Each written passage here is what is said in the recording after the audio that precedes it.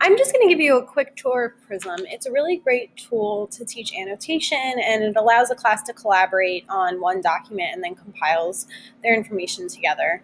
I'm just going to show you some I've done with my classroom. If I go up to my Prisms here,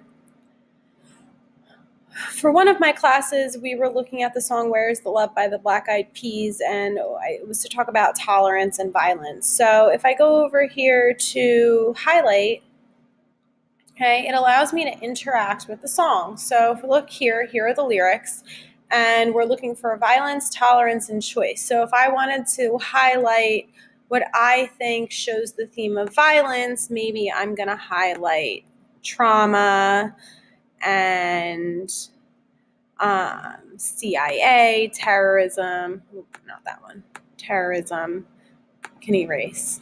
Okay, that just shows you kind of how it works. And then you go to save highlights.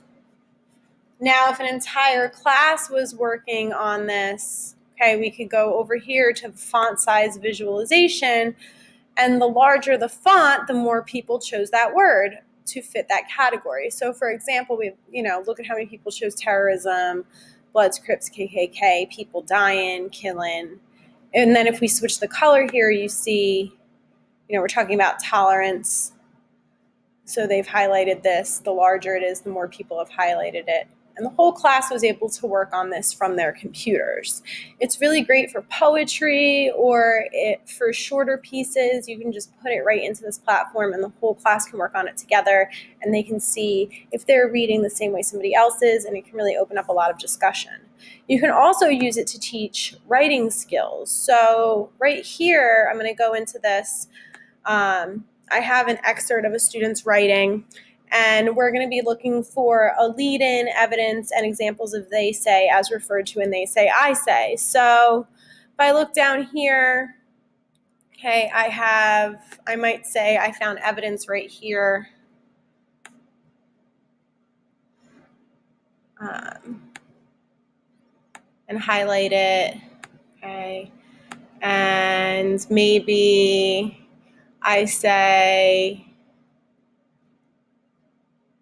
over here, he's talking about the they say, what people say about high school, so I'm going to highlight that just to give a quick example, okay?